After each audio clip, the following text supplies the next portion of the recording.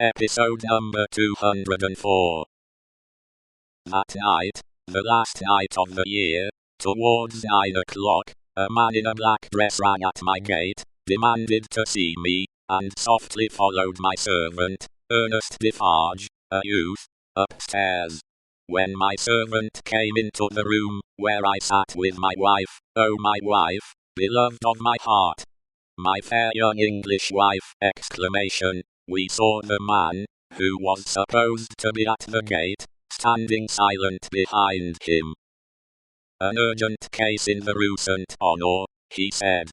It would not detain me, he had a coach in waiting. It brought me here, it brought me to my grave. When I was clear of the house, a black muffler was drawn tightly over my mouth from behind, and my arms were pinioned. The two brothers crossed the road from a dark corner, and identified me with a single gesture. The Marquis took from his pocket the letter I had written, showed it me, burnt it in the light of a lantern that was held, and extinguished the ashes with his foot.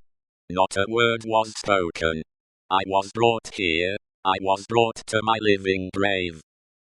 If it had pleased God to put it in the hard heart of either of the brothers, in all these frightful years, to grant me any tidings of my dearest wife, so much as to let me know by a word whether alive or dead, I might have thought that he had not quite abandoned them.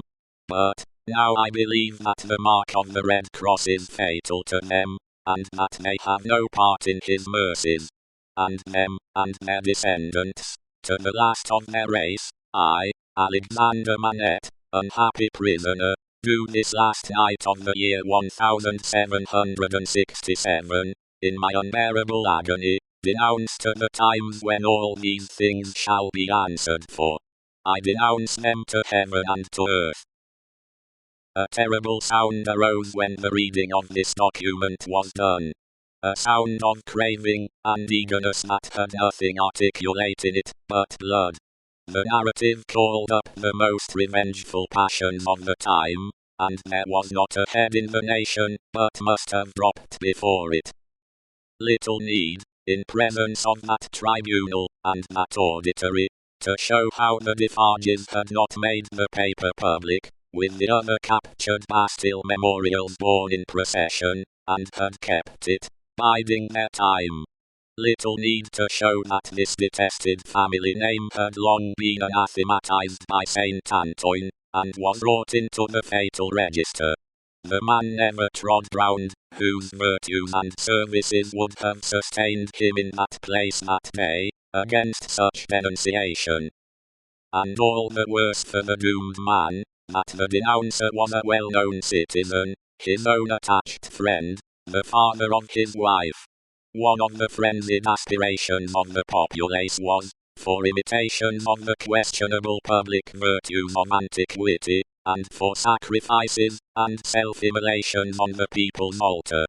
Therefore when the president said, else had his own head quivered on his shoulders, that the good physician of the Republic would deserve better still of the Republic by rooting out an obnoxious family of aristocrats, and would doubtless feel a sacred glow, and joy in making his daughter a widow, and her child an orphan, there was wild excitement, patriotic fervor, not a touch of human sympathy. Much influence around him, has that doctor, murmured Madame Defarge, smiling to the vengeance. Save him now, my doctor, save him.